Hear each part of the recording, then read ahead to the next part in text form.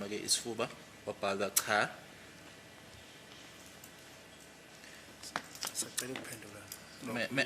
Okay. Look, can I respond to the heart? Okay, you may. Because enkantolo ngiyaphinda la ecourt. Angiguli ngesifo senhliziyo. I'm repeating this here in court, my lord. Do not suffer from any heart disease. Because enkantolo noma namanje ngathiwa ngihambe ngiyekudokta, ngingakujabulela lokho. Even now, my lord, if I were to be asked to go to the doctor, I would be very happy for that. Ngoba Nkosi enkantolo mina ngumuntu osebenza umgodi. Nkosi enkantolo umgodi yashisa. Because I work in the mine, my lord. It's hot in the mine. Futhi umgodi wegolide wona ushisa kakhulu umdlula umgodi lo weplatinum. And gold, where they work with gold, my lord, it's much more hotter than where they work platinum. Lokho ngaqala ukusebenza umgodi wazena nakaze ngiwe emgodini. Since I started working in the mine, I've never fallen, my lord. Ukube ngiyagula ngangeke ngize ngiye emgodini. If I was sick, my lord, I would not have gone to the mine. Ngisho icourt noma ngathi icela iexit bayilande exit bayinike icourt kuzovela ukuthi ngifitha ngikule ndawo. Even if an exit would be requested by the court and it gets fetched, it will indicate that I am fit. I am not suffering from anything. Manje yangimangaza lapha ecourt makuvela kuthiwa ngiyagula ngesifo senhliziyo. Now it comes as a surprise to me if it's said here that I'm suffering from a heart disease. Now, at that time, you went to Dr. Hlokwe. In fact, let me go back. At the time of your arrest, you stated that you were working at Impala mine, correct? Ngesikhathi sokuboshwa kwakho ushilo ukuthi wawusebenza eImpala. Yes, Nkosi. Yes, my lord.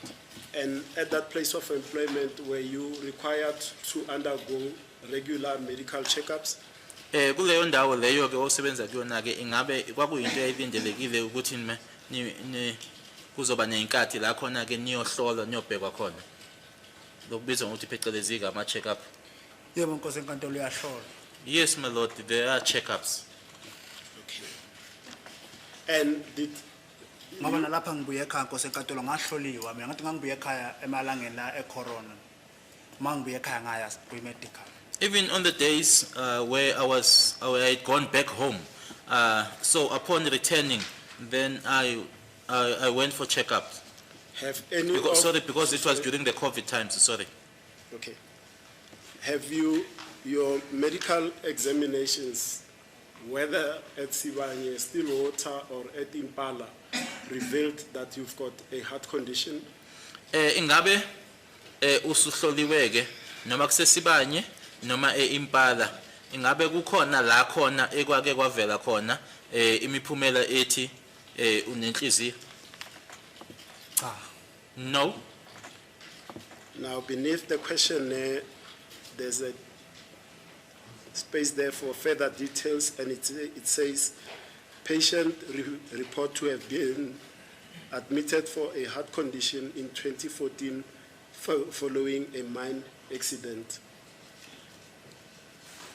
Lana ngezansi kubhaliwe ukuthi ke umuntu ogulayo ke noma lo olethiwe ke wase etshela ke noma esho ke ukuthi wake walaliswa ke esibhedlele ke ngoba ngenxa yenhliziyo ngo2014 lokho okwabangelwa ingozi emine. Do you want to comment on that, Mr. Ntanzi? Khona office ukusho kuloko? Nkosi enkantolo akaze ngilimale emine futhi mina ngiguli. My lord, I've never had an accident in the mine and I am not sick. Nkosi enkantolo ngeke ugibele ngisho icash emine ugula ngoba icash emine ihamba kabuhlungu. You won't even get onto the cage in the mine because it's the manner in which it's very much hurting or painful, the manner in which it travels. Now, there's a patient signature for correctness of information above. There's a mark or a signature there. Look at it and confirm whether or not that's your signature. Lana ke ne kuthiwa kusayine ipatient ke wena ke ekuyisiqinisekiso uma ngabe usayina kuyisiqinisekiso ke ukuthi lokho okubhaliwe la ngaphezulu kuyikona. Ngicela ke ubuke lapho ukuthi kuyiyona isignature yakho le. Nkosi enkantolo isignature ngiyayibona ngoba ngangishithile isignature le uze kimi lo asezongisanisa leli phepha leli. I see the signature, my lord. As I said that the person came to me asking me to sign the document. Came with a document for me to sign. yena usisi lo wathi angisayinile wantshela sayinela ngasayini. The lady, she asked me to sign here and I signed. And before you signed, was this portion, especially where they say heart yes, and then where they say patient report to have been admitted for a heart condition in 2014 following an accident, were they read to you or explained to you? Lapha ke ngaphambi kokuthi ke ukusayindiswe ke lokho engiqeda ukubuza ngakho ke ukuthi ke wawusesibhedlele ke ngenxa ke yenhliziyo nokuthi wawuthole ingozi ke emgodini nalokho ngaba ngaphambi kokuthi usayiniswe wakuchazelwa yini lokho? Cha Nkosi enkantolo akaze ngifundele. No, my lord, it was not read. Mr. Jonas, my VV1, it's only 2 pages. The one that I've given you has got the main report by the doctor. If I may read it, then you can interpret it. Thank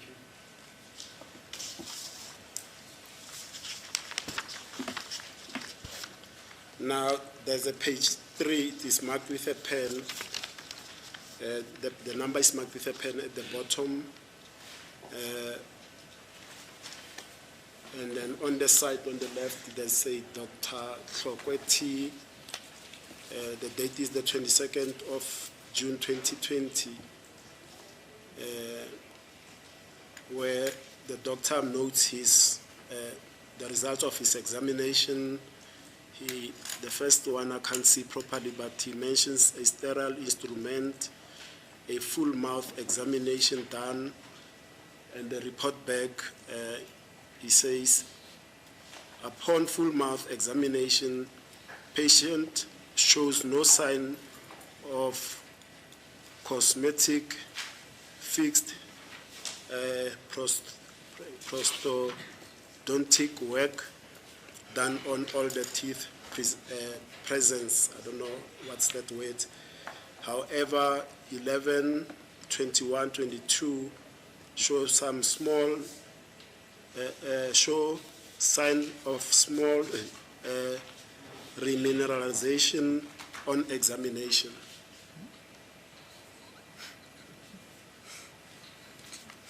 Simplify this. What does it say, Mr. Lamsipio? From his summation, the bottom line is that his examination revealed, and I'm standing under correction, Mr. Ntanzi has never had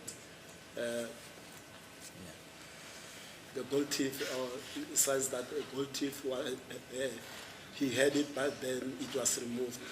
That's my summary of how I understood his testimony. Uma lo mbiko lona umbiko wakhe ngoba ukubhaliwe lapha ecaleni udokotela uhlokwe uthi ke wawubheka ke umlomo noma ke wahlola ke umlomo wonke kulokho ke akubona yena noma ke akuthola ke ukuthi akabonanga noma ke akukho kuyinkomba ukuthi ke unezinyo legolide noma ukuthi ke lakhishwa. Do you want to say anything about that? Kukhona ofisa ukusho ngalokho? Akaze ngifake igolide since ekuphileni. My entire life I've never had a gold insertion. Okay. Now, after the examination at Dr. Tlokwe's offices, what then transpired? Usuqedile ke lapha kuyena udokotela uhlokwe kwenzekani? Sabuya Nkosi enkantolo seza angama seza khona lapha ePitori kodwa ipolice station ngisayikhumbula kahle noma yiPitora Mode abangihlali abangene sakuyo. We came back to Pretoria, but I'm not certain as to whether it was in Pretoria Mood, my lord, police station. Okay, what happened there? Kwenzekani lapha? Ngafika umkhana ngama ngemoto umkhana wangena ngaphakathi wabuya nekhiya wangivulela wangifunela isela ngawungenisela futhi. The car was parked. Mukhane went inside. He came back with keys, looked for a cell for me, and then I was taken into a cell. Okay. Now, that was it now the end with respect to the business of the day for the 22nd of June 2020? Kwabeke kugcina lapho ke okwange 22 sika June 2020. masiqede elokhuzeni nephuke ngiseza khona e-police station. Yize noma ngithi nje e-police station ngisazi uma yi-Pretoria Mode or i-Pretoria North angisayikhumbuli kahle e-police station. Yes, when we were done at Pukeng Malode, we came to the police station. Hence, I'm saying that I'm not certain whether it was Pretoria Mud or Pretoria North. Okay, now let's come to the events of 23 June 2020. Asize ke ku-23 June 2020. Now, Brigadier Gininda has testified that on the 23rd of June 2020, he received a call from the Pretoria Mode police station that there was a person who had come, attended upon that police station, indicating that he wanted to consult with Bongani Sandiso Ntanzi. Manje ke ngazo i-23 sika June 2020 uBrigadier Gininda kubufakazi abethula wathi ke wathola ucingo libuya ke ePretoria Mode ukuthi kwakunomuntu lapho wayezokhuluma nawe noma ezoxoxisana nawe khona lapho ePretoria Mode. He testified, Brigadier Gininda, because he was in charge of the investigations and it was also COVID time. Certain precautions and measures had to be taken for people that attend to visit and consult, are screened.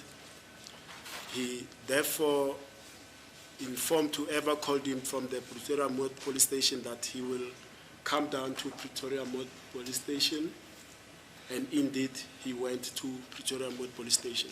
Ubufakazi bakhe ke ushilo uBrigadier Gininda ukuthi ngoba ke kwayileso sikhathi ke so corona ukuthi ke kwakunezinto ke kufanele ke zenziwe ke noma ke ibhekwe ke uma kunomuntu ofisa ukuthi ke azokhulumisana noma azoxoxisana nomuntu washoko kuloyo muntu wayemfonele ukuthi ke ngempela yena ke wayezoza khona lapho ePretoria Mode. He testified further, Brigadier Gininda, that upon arrival at the Pretoria Mode police station, indeed, he was shown the person that intended to consult with you.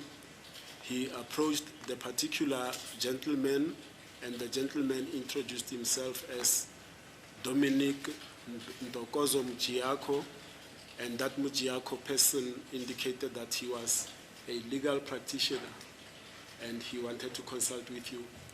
Uthi ngempela ke wafika lapho yena Brigadier Gininda wasekhonjiswa ke umuntu loyo owayethe uze wena noma uzobona wena wakhuluma naye ke washoko loyo muntu loyo ukuthi waye uDominic Ntokozo Mjiyako nokuthi ke waye ummeli wayezobona wena noma wayeze wena. Thereafter, to satisfy himself that indeed that person was a legal practitioner, Dominic Mujiako gave Brigadier Gininda his Fidelity Fund certificate with a particular Fidelity Fund number, and that FFC, what we call FFC, Fidelity Fund certificate, was valid. Uthi ke ukuqinisekisa ukuthi ke lumjiyako loyo waye uyena ke lo muntu awayezisho ukuthi uyena kunephepha noma ke i-certificate alikhipha ke okuyiphepha ke abameli abanalo obizwa ngokuthi ke i-FFC elaba isiqinisekiso ngempela ukuthi ke yebo kwakuyiphepha la ngempela. And upon having satisfied himself that indeed the person was a legitimate legal practitioner, he then facilitated that that person can be allowed to consult with you. Uthi ke eseqinisekisileke lokho ukuthi ngempela ke kwakuyena washo ke ukuthi ke umuntu loyo angavunyelwa ukuthi usengakhulumisana nawe. Now, on the 23rd of June 2020, Mr. Ntanzi, did you have a visitor from a legal practitioner who was brought to you by Brigadier Gininda to come and consult with you? Manje ke ngazo i-23 kuJune 2020 mnumzana uNtanzi ingabe wawunesivakashi yini ekwakuwummeli esalethwa uBrigadier Gininda? Cha Nkosi enkantolo. No, my lord. On the 23rd of June 2020, or at any time before that, had you instructed anyone to appoint a legal practitioner on your behalf? Manje-ke ngeyi-23 zikaJune 2020 noma ngephambi kwalokho kunomuntu owawumtshelile yini ukuthi aqokele ummeli? Cha Nkosi enkantolo. No, my lord. Had you at that time been given access to a telephone service to consult a lawyer of your choice that you knew? Ingabe ngaleso sikhathi leso wawunikeziwe yini ucingo lokuthi ke ungaxhumana ummeli oqokwe uwena? Cha Nkosi enkantolo. No, my lord. At that time, had you asked your family members, next of kin or friends to arrange a legal practitioner to come and consult with you? Ngaleso sikhathi bakhona yini abakini abomndeni owakhulumisana nabo ukuthi bakutholele ummeli ukuthi eze azokubona? Cha Nkosi enkantolo. No, my lord. And did you know that on the 23rd of June 2020, a lawyer was coming to see you? Ingabe kwakuyinto wawuyazini ukuthi ngeyi-23 zikaJune 2020 kwakunommeli owayezozokubona? Cha Nkosi enkantolo. No, my lord. Did you, on the 23rd of June 2020, meet a lawyer that consulted with you whilst you are at the Pretoria Moat Police Station, and that lawyer introduced himself as Dominic Ntokozo Mjiako? Ingabe ngazo i-23 zikaJune 2020 kunommeli owahlala phansi wakhulumisana naye lo mmeli uma ezethula kuwena wathi uDominic Ntokozo Mjiako? Cha. No. Did you, on the 23rd, have any consultation with any legal practitioner whilst you are at Moat Police Station? Ingabe ke ngeyi-23 zikaJune uselapho eMoat Pretoria Moat kunommeli yini owakhulumisana naye noma owaconsulta naye? Cha. No. Brigadier Gininda testified further that indeed this Mjiako lawyer would sometimes also come to Brigadier Gininda or ask Brigadier Gininda to consult with you, and at times that Mjiako person will come with an advocate as well to come and consult with you. Umjiyako loyo ke wawumuntu ke ovamise ukuthi ke ezeke ukuthi azokhulumisana nawe ngezinye inkathi ezeke ne-advocate uma ezoconsulta noma ezokhulumisana nawe. Ay, angikwazi lokho Nkosi enkantolo. I don't know about that, my lord. This Mr. Mjiako person, Mr. Ntanzi, when first did you meet him? Umjiyako lona ke uqala kwakho ukuhlangana naye kwakunini? Qala ukumbona nge-24 Nkosi enkantolo. I saw him for the first time on the 24th, my lord, eBosberg. in Boksburg. Okay, we'll come to the date of the 24th. Whilst you are on the 23rd June 2020, did there come a point where other people, be it policemen, civilians, that came to visit you whilst you are at North Police Station? Uselapho ke eMoat ingabe babe khona yini abantu abezokubona noma kwakungamaphoyisa abantu abangasiwona nje amaphoyisa ababezokubona khona lapho eMoat? Nkosi enkantolo, umuntu wafika ePolice Station mangikhumbula ukuthi umkhani, sorry Nkosi enkantolo, ngathi umkhani umkhula noMabhena na ubaba Gininda. My lord, if I remember, the person that came to see me, it was Mukhula, Mbena, and Gininda. Yeah, hayi lawyer, zange ngibone lawyer, nto hayi lawyer. Not a lawyer. I never saw a lawyer. And when they arrived, the trio of them, what did they tell you the purpose of their visit was? Uma befika ke bathi kwakuyini inhloso noma injongo yezokubona kwabo? Ngicela ukuthi kithi siqale kahle. Okay. Can you start this properly? Ngoba mangivulele seleni ngivulele uMabhena. Because the person who opened the cell for me was Mabhena, Wathi uyabiza umphathi. and then said that the boss wants to see you, he's calling you.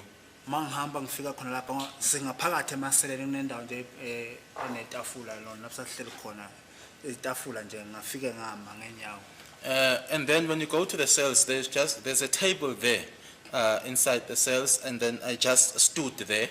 Mangithola khona yena uGininda khona yena umamfundisi. Upon arrival there, it was Geninda and Mamfundisi. Bese kuba yimi uMabhena thina singenayo. And then the ones that entered was myself and Mabena. Okay, and then what happened when you were brought to Brigadier Gininda and Mohula by Mabena? Kwenzekani-ke uma usungeniswa-ke kuyena uBrigadier Geninda noMuhula ungeniswa uMabena. Mangena lapho ufika wangibingelela ngabingelela usisi lo. Athi unjani Tanzo ngavuma. When I got there, it was the lady who greeted me, "How are you, Ntanzi?" And then I responded. Wasentshela uMabhena ukuthi awubizwa ngomphathi. And then Mabena informed me that it is my boss or my superior who's calling you.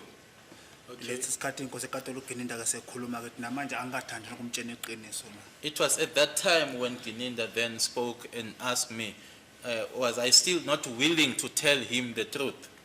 Ngiphinde ngimtshela ukuthi mina ukufa kwasenza ngikwazi. Futhi ayikho into engidibanisa na. Again, I told him that I knew nothing about Senzo's death, and there is just I just have no involvement with it.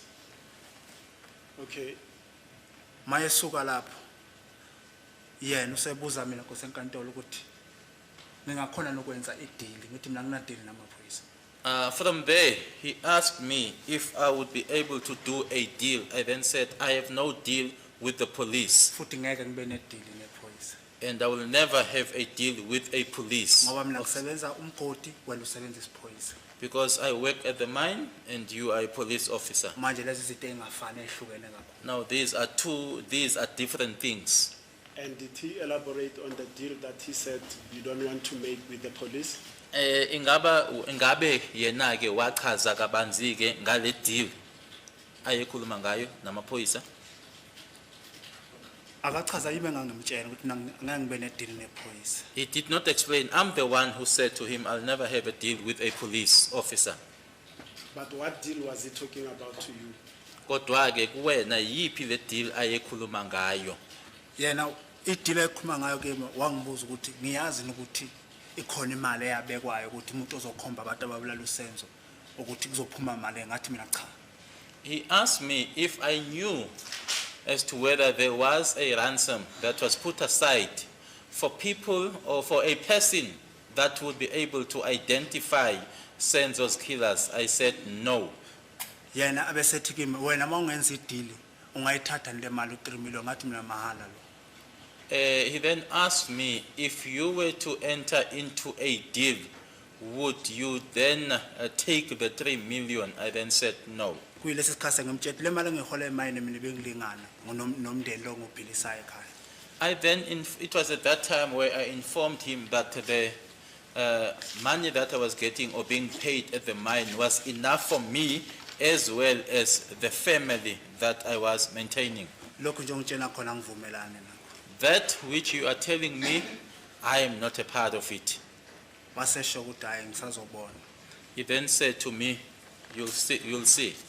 And then whilst he's talking to you about this deal, where is Mohula Mabena at that time? Ngalesikhathi akhulumisana nawe ngalokho-ke uMuhula noMabena babe kuphi ngaleso sikhathi? Sikhona sonke la endaweni ewana. All of us were there in one place. Okay. And then what happened after he said we will see or something to that effect? Esethi-ke eseshilo-ke ukuthi usazobona kwasekwenzekani. Mina ngake ngaphuma ngabashiya so ngaphuma vele kukhiwa ngithi umnyango semasele ngaphuma ngangena phakathi ngiyalela selela waphinda uMabhena wangibiza ngaphinde ngabuya ngeza kuwo. I then went out as I was proceeding, walking towards the cells. That's when Mabena called me back, and then I went back to them. Yena ase igama nje angishaya nalo wathi kimi ngisazobona iqiniso sazolikhuluma ngathi nami ngiyabonga. Kodwa okushona kasenza ayikho into engidibanisayo igoli angilihambi. His words to me were, I am still going to see. I will tell the truth. And then I said to him, I know nothing about Senzo's death. I don't go around in Gauteng. Kuleso sikhathi ke uMabhena sengithathe ongikhelela abahamba ukuthi bahamba baya kuphangaza. That's when Mabena took me back to lock me up. They left. As to where they went to, I don't know. Thank you. Then, was that the end of the day for you regarding the events that transpired there? Kwabe kugcina lapho-ke okwangeyi-23. ngabe ngigcina bona laba zange ngibone lawyer ngizange ngibe ne-visit ye-lawyer police station. That's where it ended. I did not see any lawyer. I had no visitor or no visit from a lawyer at the police station. Bona abantu abafika kimi abayi-3 ngalelo langa lelo. It's the three of them who came to see me on that day. Now, before he left Brigadier Geninda, did he tell you that the following day, on the 24th of June 2020, you'll be taken to the Boksburg Magistrates Court for the purposes of a statement to be obtained from you? Ngaphambilini kokuthi ahambe lapho akushiye lapho uBrigadier Geninda, ingabe wakutshela yini ukuthi ngelanga elilandelayo ngazi 24 June 2020 wawuzohanjiswa uye eBoksburg kwinkantolo yaseBoksburg kuyothathwa noma uyokwenza istatement? Cha. No. Okay, thank you. Now, the reason earlier I raised the name of Mr. Mjiako, I wanted to go back to the Tlhabane matter because the charge sheet and the appearances for Tlhabane have been made available to us, and my lord, they are marked Exhibit RR. Mr. Jonas, unfortunately, I don't have a copy for you.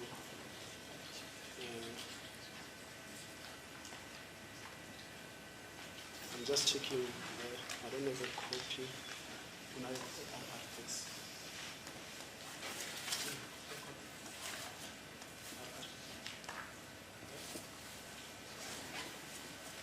No, this is RR1. What is this? Sorry, my lord, may I approach my colleagues?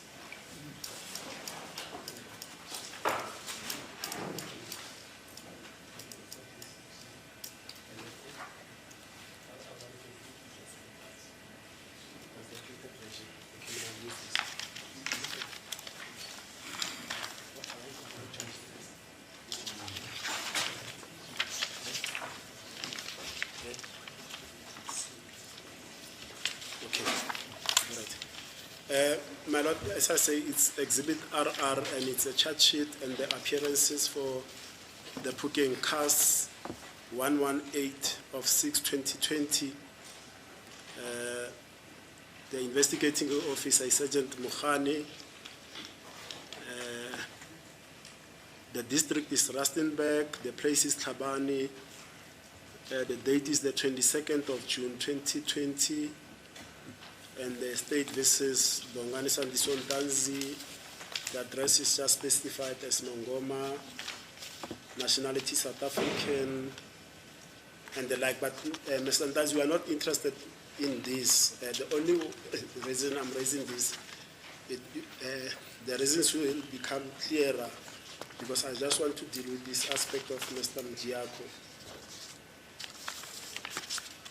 And my lord,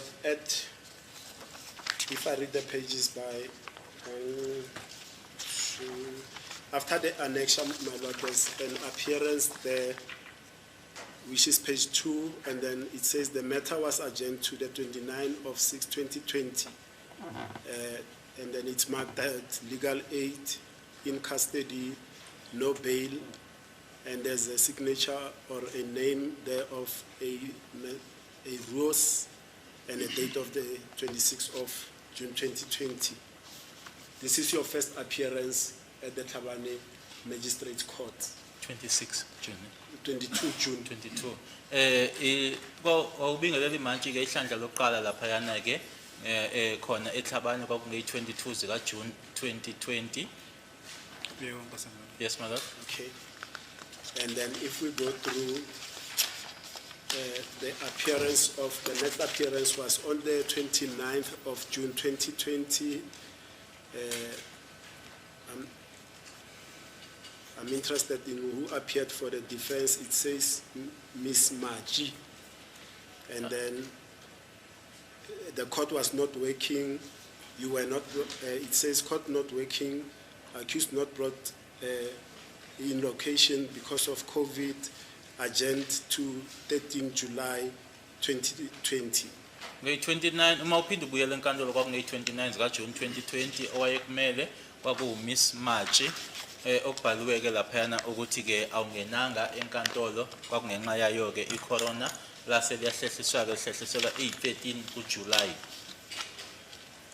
The appearance of the 13th of July, now the defense for the magistrate is still the same, Mrs. Rios. The defense now has changed to Mr. Mjiako. Manje-ke ngeyi-13 zikaJulayi 2020 imantshi-ke kuseyena-ke uMrs. Rios kodwa-ke ummeli manje useshintshile-ke uMjiyako.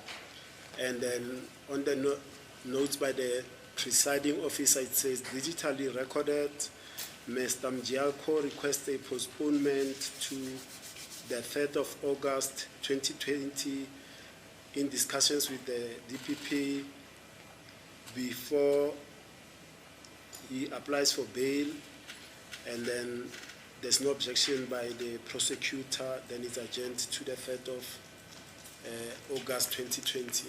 Laphayana-ke ngeyi-13 zikaJulayi 2020 cela yena-ke ummeli umnumzana uMjiyako ukuthi icala alihlehliswe isizathu esibhaliwe laphayana ukuthi-ke wayesakhulumisana yena-ke ummeli ekhulumisana-ke nabo abashushisi ecela ukuthi icala lihlehliselwe-ke i-3 ku-August 2020.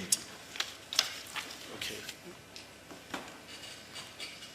Now, this Mr. Mjiako, it says that he appeared for you. Did you know Mr. Mjiako on or before the 13th of July 2020?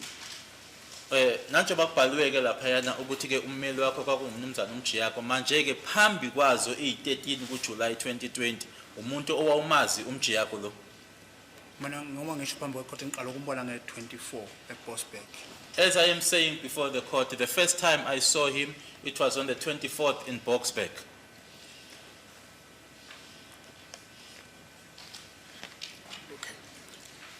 And then,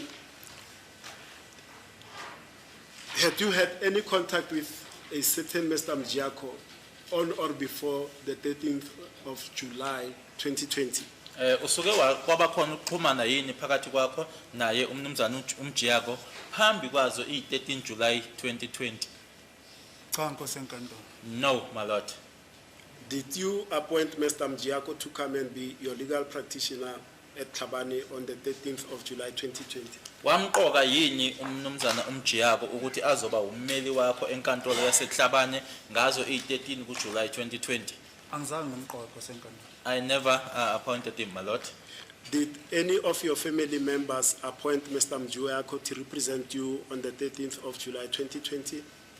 Ungaba ukhona yini noma bakhona yini abakini noma emndenini abaqoka yena umnumzana uMjiyako ukuthi azokumela ngazo i-13 kuJuly 2020? Cha nkosi enkantolo. No, my lord. Did you personally pay the fees of Mr. Mjiako for the appearance of the 13th of July 2020? Ingabe wena wakhokha yini noma wamkhokhela yini umnumzana uMjiyako ukuthi ayokumela enkantolo ngazo i-13 July 2020? Cha akaze ngikhokhe. No, I never made any payment. Did any of your family members pay Mr. Mjiako for his representation of you on the 13th of July 2020? Khona yini wakini wasemndenini owakhokhela noma abakhokhela yena uMjiyako ukuthi ayokumela enkantolo ngazo i-13 July 2020? Hayi ngabe bangitshela nkosi enkantolo na ifamily ngafuna ngangena phone mina akekho umuntu engangixhumana naye. No, my lord, my family members would have informed me, and I also did not have a phone. I was not in contact with anyone. Did you have any idea how Mjiako came to know that you were appearing at the Tlhabane Court, Magistrates Court on the 13th of July 2020? Unalo yini ulwazi lokuthi uMjiyako wakwazi kanjani noma kwaba into ayazi kanjani ukuthi wena wawuzobingelela imantshi eTlhabane ngazo i-13 July 2020? Cha anginalo lwazi ngoba ecourt ke ngazama ukuphakamisa isandla wena azange simokeleke isicelo sami and kuleya court leya inkantolo yakhona ngoba into engangiyilo ngangena ngifasa ngisho ama handcuff. Asithathe kancane. My lord, I have no knowledge because at that court I tried or I raised my hand but my request was not taken into consideration or into account, because even at that court, what I was having a problem with, as I would be entering the court, my hands were cuffed, yebo. Ngoba Nkosi enkantolo mina mangena ecourt mangena ngomnyango angenanga ngomnyango lo okhuphuka itepisi ongena eziboshwe zema ngathi mangena ngabona iziboshwe ezinye zehla ngangena ngomnyango lo phuma yona enkantolo. My lord, as I entered the court, it was not through the stairs that is coming down from the cells. I came through the entrance, in other words, the door of the court, and I saw the prisoners going down. Ngaleso sikhathi ngifasiwe izandla nenyawo. And at that time, I was handcuffed. There were also leg irons. Mangena nje nangumuntu ofaka izibuko ufaka imask uyakhuluma ecourt. And as I entered, there was somebody with a mask, wearing glasses, that was addressing the court. Lethi sikhathi kutolika sengitshela ukuthi intanzi icala liyahlehla ngisazi ukuthi icala lihlehlelane ngangiphamvu ngangena emotweni ngangithathiwa ngangihamba. And it was at that stage when the interpreter informed me that the matter was being postponed. In Tanzi, the matter is being postponed. I then went out, my lord, got into the vehicle and left. Akaze ngikhulume nale ndoda le nokuthi ngitshene ukuthi ubani itshene ubani ukuthi ngize court ingiyakwabani cha. I never spoke to that man for him to tell me as to who he was, who informed or who told him to come to court. No. Okay. Now we are on the next postponement was the 3rd of August 2020, and it still says the appearance for accused one, that is yourself, is Mr. Mjiako. On the presiding officer's notes, it says digitally recorded, agent 217 of August 2020, accused absent due to COVID-19, in absentia, in custody, no bail. Next postponement will be done via video call. Ngazo-ke i-3 August lezo-ke 2020 ummeli kusewuyena-ke uMjiyako icala-ke liyahlehliswa-ke izathu-ke sokuthi ihlehliswe-ke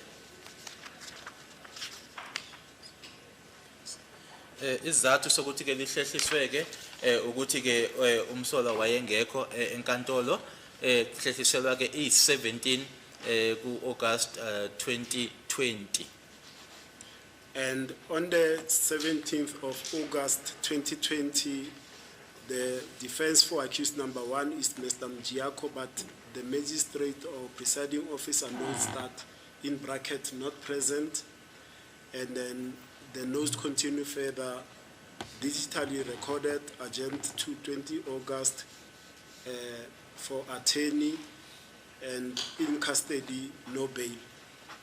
Asekuthi ngazo-ke i-17 zika August 2020 okubhaliwe-ke lapha kuwona-ke ama-notes ayo imantshi ukuthi-ke ummeli usewuyena-ke umnumzana uMjiyako kodwa-ke wayengekho enkantolo ngalelo langa lelo lase liyahlehliswa-ke icala lihlehliselwa zona-ke i-20 lihlehliselwa ummeli. On the 20th of August 2020, the attorney is Mr. Mjiako, and the presiding officer's notes, it says digitally recorded. Mr. Mjiako addresses the court. He says the accused abandons application for bail, and the matter is adjourned to the 5th of October 2020. Ngazo i-20 zika July, sorry, i-20 zika August 2020 umnumzana uMjiyako wabe khuluma-ke enkantolo echazela esho-ke enkantolo ukuthi-ke umsolwa akasaqhubeki naso isicelo sebail icala lahlehliswa-ke lihlehliselwa i-3 October 2020. Now let me proceed there, Mr. Ntanzi. The first time Mr. Mjiako appears, it's on the 13th of July 2020 at the Tlhabane Magistrates Court. And your testimony is that on that day you have never spoken to Mr. Mjiako. Were you introduced to him then or before? Ilanga lokuqala ayesenkantolo ngalo ethi ke umele wena umjiyako kwakungeyi-13 zikaJuly 2020. Manje ke umbuzo uthi wethulwa yini kuwena ke ngaleso sikhathi leso noma ngaphambili kwaleso sikhathi noma ngaphambilini kwalokho? khona court. Usho ukuthi ngaleso sikhathi yebo khona ecourt noma phambi kwaleyo date leyo yangeyi-13 zikaJuly 2020? Cha Nkosi enkantolo. No, my lord. And between the 13th of July, the next appearance where he's present is the 20th of August. In between the 13th of July, leading up to the 20th of August, had Mr. Mjiyako come to prison or police station where you were incarcerated and he consulted with you? So between the 13th of July, which was the first appearance that Mr. Mjiyako physically came to court to represent you, and the next appearance when he was available on the 20th of August when he abandons bail, in between, had he come to consult with you at any police station where you were held? Ebese wayesenkantolo ngeyi-13 zikaJuly 2020. Uma ephinda eba khona ke enkantolo kwakungeyi-20 zika-August 2020 la esetshela inkantolo khona ke ukuthi wena awusaqhubeki nesicelo sebail. Manje ke phakathi kweyi-13 zikaJuly neyi-20 zika-August 2020 weza yini kuwena epolice station la wayezohlala phansi nawe exoxisane nawe phecelezi ke lokubizwa ngokuthi uconsultor? Cha Nkosi enkantolo. No, my lord. Kwakhona lokho ukuthi Nkosi enkantolo mina ngathi ibail angiyifuni. Kuba ibail ngayithola ngangizojabula mina. Azange ngisho lokho mina. Also Ngizwe nje makhulunywa lapha court. Also the fact that, my lord, I abandoned bail. I would have been very happy if I had been released on bail or if bail would have been granted for me. So I heard it for the first time here in court that I abandoned bail. Okay.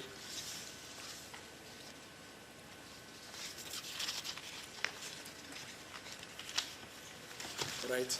Then, as we said, the next postponement was the 5th of October 2020. I don't know what's happening here. Okay. On that day, the presiding officer is still the same. Mr. Jonas, assist me. I don't know whether the representation is the same. Sorry, my lord, may I approach my colleague?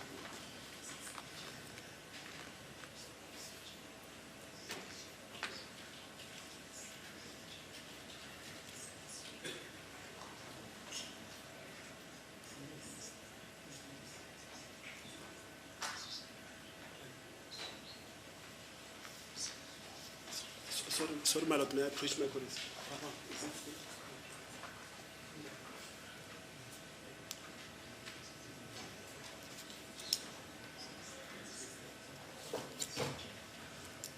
Okay, sorry, my lord, thank you. The appearance is still Mr. Mjiyako, and then the court did not sit because there was no power, and the matter was adjourned to the 27th of October 2020 for further investigation. You were remanded in custody, no bail. So is that date the 5th or the 3rd of October? The 5th October. 5. Ilanga elilandelayo ke senkantolo kwakungazo i-5 ka-October 2020 ummeli kwakusewuyena ke uMjiyako. Ngalelo langa lelo ke inkantolo ayizange iqhubekeke ngenxa yokuthi ugesi wawungekho lase liyahlehliswa ke iqala hlehliselwa i-27 October. Yes. Okay. On that day, Mr. Ntanzi, did you have an opportunity now to be introduced to Mr. Mjiyako and consult with him? Manje ke ngalelo langa lelo ke i-5 October 2020 ngaba wabanaso laba khona ke ithuba noma wabanalo yini ithuba lokuthi manje ke uhlale naye ke uhlangane naye uMjiyako nikhulume? Cha. No. Okay. Then the next appearance will be the 27th of October. Indeed, the 27th of October 2020, the representation for accused number 1 is Mr. Mjiako. However, it is noted in brackets that he was not present. And then it says digitally recorded, and it's PP that is postponed. Accused is appearing in Boksburg Court today on another matter. I'm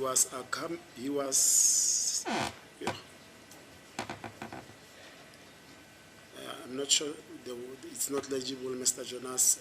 He was something for yesterday, request postponement to 11/11/2020 in absentia, and the matter is postponed to the 11th of November 2020.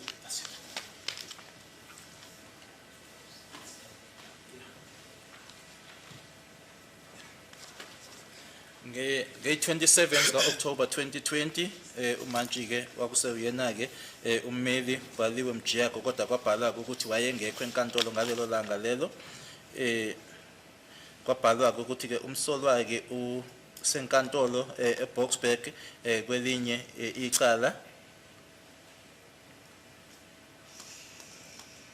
Okay, alboshelwe ngezolo noma alboshelwe ke kwilanga elidlulile. Kuyacelwa ke kucela ukuthi icala lihlehliswe 11 November 2020 engekho. Thank you so much. Thank you so much, Dr. Jonas.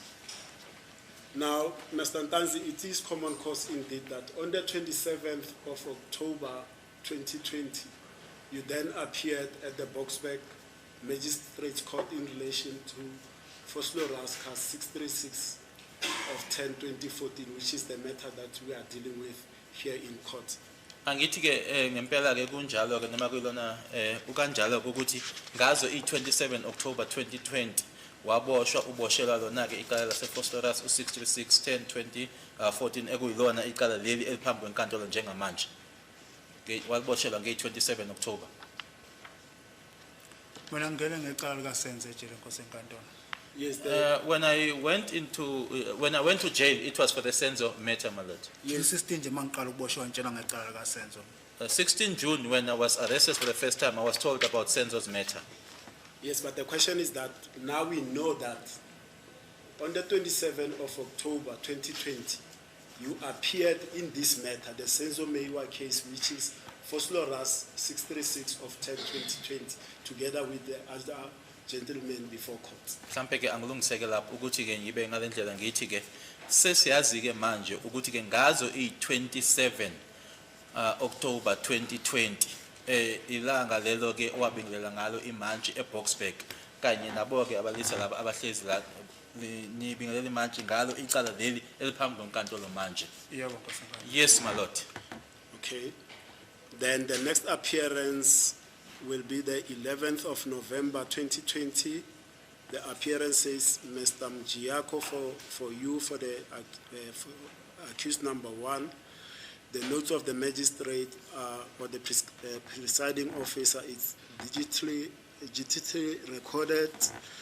Agenda to 26 November 2020 for representations to the NPA in custody, and there's no bail. Lase liyahlehiswa ke icala lahlehiswa zona ke 11 ngazo ke 11 November 2020 ila icala ke lahlehiswa khona ke lihlehiswa i29 kuNovember 2020 kwashiwa ukuthi ke ibail yayingekho. Isizathu sokuthi ke icala lihlehiswe ke ukuthi ke kwakukhona ke kuzobhalwa kubhalelwa bona ke abeshushisi. Now, Mr. Ntanzi, the previous one, the 27th of October 2020, that one we will deal with it much later. Let's put this one in abeyance, the appearance at the Boksburg Magistrates Court. Asibe sikumisa ke lokhu kokubingelela imantshi kwange 27 October 2020 kwaseBoksburg sisezobuyela khona lokho. Now, the 11th, like I say, it says Mr. Mjiako is making representations for you to the NPA. Did you now at this stage have time to meet and consult with Mr. Mjiako. Has this gentleman now introduced to you himself to you and say, I'm Mr. Mjiako, I hold instructions to represent you. I was instructed by so and so from your family, and what is your case? Did that happen?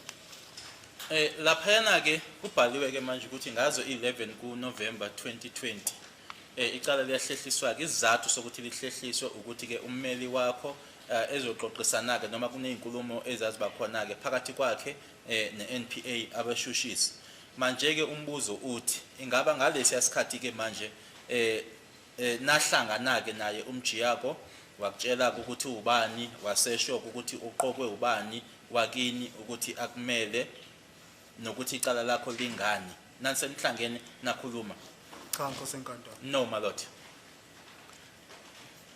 Now, in summary, Mr. Ntanzi, from the 13th of July, we are now on the 11th of November.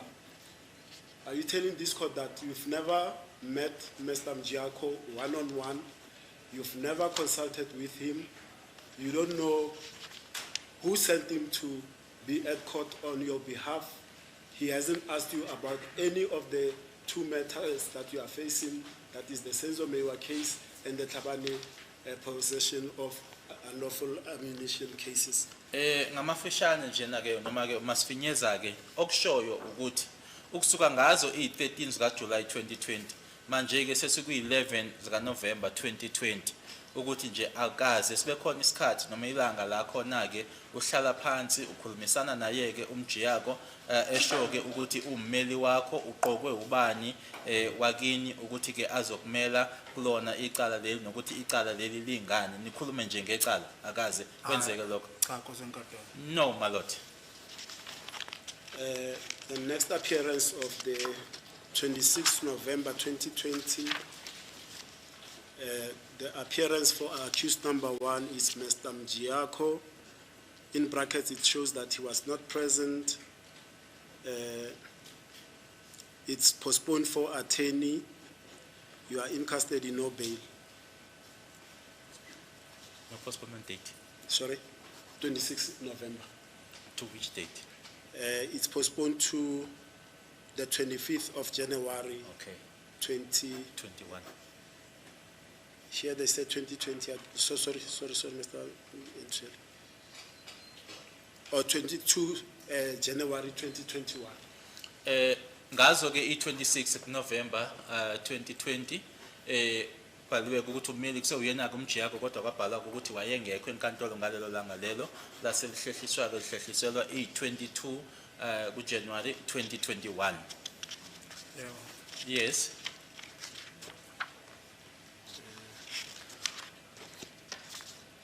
On the 22nd of January 2021, the representation for accused number 1 is now Ms. Tia TJIA, and then it is noted by the magistrate as well. It has changed, but it's irrelevant. The accused appears, it's digitally recorded. Ms. Chia informs the court that the accused terminated instructions and wishes to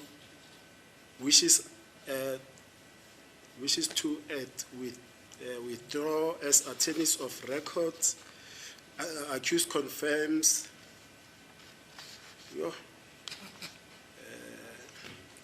wishes to appoint legal aid.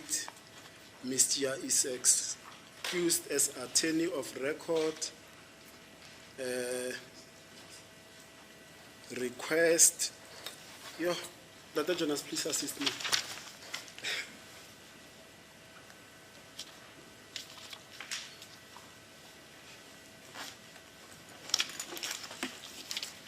Accused appears, I'll read before I interpret. Accused appears digitally recorded. Ms. Chia informs court that accused terminated instructions and wishes to withdraw as attorney of record. Accused confirms and wishes to appoint legal aid. Ms. Chia is excused as attorney of record. A request matter to be transferred to regional court on the 2nd of February. And whether it says summary trial, I'm not sure. Yeah. Matter is transferred to regional court for summary trial until 2 February 2021. Accused in custody, no bail. Lana ke ngazo i-22 zika January ngo 2021 ummeli manje ke wawuseshintshileke uMiss Chia umsolwa ukhona enkantolo. uMiss Chia watshela ke inkantolo ngalelo langa lelo ukuthi ke isifiso sakho ukuthi ke ungasaqhubeki ke naye, wacela ke yena ukuthi ke inkantolo imdedeleke nanjengommeli ukuthi angabisaqhubeka. Waqinisekisa ke umsolwa ke ukuthi ke ufisa ukuthi ke enze isicelo se legal aid noma ke athole ummeli anikezwa umbuso. uMiss Chia inkantolo yamvumela ke ukuthi ke akaseyena ke ummeli, icala lizondluliselwa ke kwinkantolo yesifunda lihlehliselwa ke i-2 zika February 2021. Ngempela ke ladluliselwa ke icala kwinkantolo yesifunda i-date kwakuyi-2 zika February 2021. Uzogcinwa ke ngaphakathi ungena bail.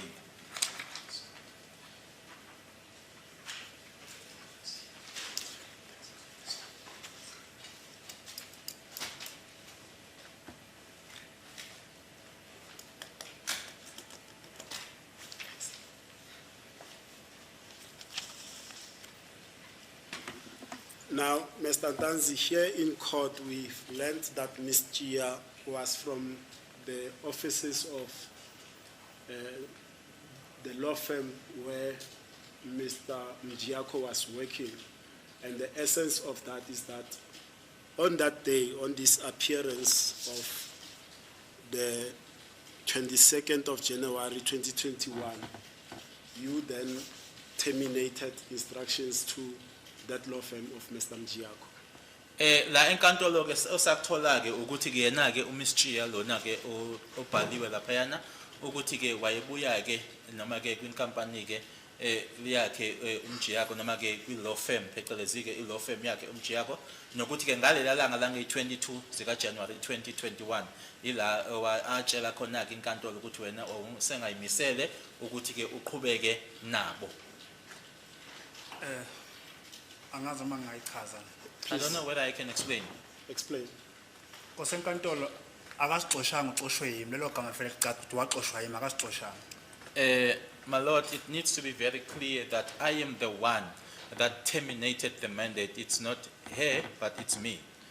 Ngoba ecourt ngaphakamisa isandla ngathi ngicela ukuthi icourt ke ngibuzele yena ukuthi ngobe lapha nje ubani owamtshela ukuthi ngiboshiwe koqala lokho na.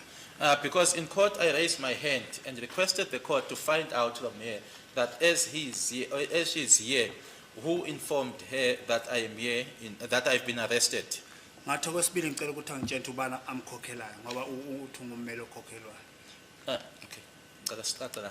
Sikhuluma ngosisi noma ngobhuti. Sikhuluma lapha ecourt ilanga ngaleta ungitshena yona. Usisi uMiss Chia. Yeah. And I also wanted to find out from the court that the court needs to just inquire from her as to who is paying for her, as she is saying that she's representing me. Ngase ngitshela icourt ngicela icourt ngisize mina ngifunela ummeli ka-government. Okwesibili ngicela usisi ukumvulela icala ngoba mina akaze ngikhombe umuntu ukuthi ngummeli, ifamily yami ayingazi nokuthi ngikuphi. And I also requested the court for legal aid, my Lord, legal aid assistance, and also said that I would like to lay charges against the lady because even my family doesn't know as to where I am, as whether I'm being arrested. Kwabona kaze befike bezokhuluma nami bangitshela ukuthi bathunywe ubani. Even they never came to consult with me or to talk to me and inform me as to who appointed them. manje mina into engayivumi kulokho kade uNtola yakho angivumi ukuthi mayekuthi yena nguye wasikhipha yimi ngaphakamisa isandla ngamxosha ngoba ngangingazi ukuthi ngibani umuntu amthumela nokuthi ukhokhela obani. The only thing I'm disputing there in what was interpreted to me is that she is the one that withdrew, but I raised my hand in court and terminated her mandate. Ngoba nje ngilapha ecourt yena ubaba Ramsipile ungenile lapha ecourt icourt yangibuza ukuthi ngiyamvuma nommeli ngathi yebo. Because here in court, my lord, the court asked me with regards to Mr. Ramusipile if I do confirm that he is my representative. I said yes. Manje kuleya court kwenza kanjani ukuthi mina ngingabuza ukuthi lo mmeli ngiyamazi. But now in that court, how did it happen that I was never asked or whether asked to confirm if I knew that lawyer? Ngoba kaze ngibuziwe. Because I was never asked. Manje leyo izinto ezingafani ehlukene. Now those are different things that are not the same. Ubaba Ramsipile mayefika lapha ecourt icourt esihambile ubaba Ramsipile wakhipha inamba kaBhuti nakababa omncane ngafona wangifonisa ngaconfirm ukuthi ya serious uyiba bamthumela. Because here in court, Mr. Ramsipile took out a phone. I provided my brothers and as well as my uncle's numbers, contacted them, and indeed confirmed that they are the ones who sent him here. So ungonjani ummeli lo angigezi anginayinto zokugeza akangifonisa ukuthi ngixhumane nefamily yami ngitshele ukuthi ngikuphi ngomlomo ngithiwa ngummeli appointwe yimi la cha azange appoint. So now with that lawyer, what kind of a lawyer was that? I did not take a bath. I was not made to contact my family. So what kind of a lawyer is that? And it is being said that I appointed him. No. Yes, my lord. Thank you, Mr. Ntanzi. We'll proceed after the long adjournment. My lord, would the... Yeah, just one aspect. Yes, sir. You say you laid charges against that lady, female pretender lawyer. That's your evidence. Ufakazi bakho uthi usisi loyana wamvulela icala. Ngacela ecourt azange beze kimi ukuthi beqhubeke na ngacela kodwa ecourt. I made a request in court, but they never approached me or came to me, my lord. So you never laid charges in short? That's the Okusho end ukuthi of it. awukazi ubophiseke. Yebo akaze bafike ke Nkosi. Yes, my lord, they never came to me to assist me. And you never told your subsequent attorney to lay charges against that lady whose company was misrepresenting you by telling lies. Manje ke ummeli wakho lona onaye ke yena ke awamtshela ke yena ukuthi ke ubophisa lo yasisi ufuna ukuthi uvulela lo yasisi icala. Sike sayikhuluma nobaba ngayikhuluma nobaba Ramsipile bathi baba sizoyihlalela phansi le. I mentioned it to Mr. Ramusipile and then he said we will discuss that. Yeah, can you adjourn then? Okay, thank you, madam.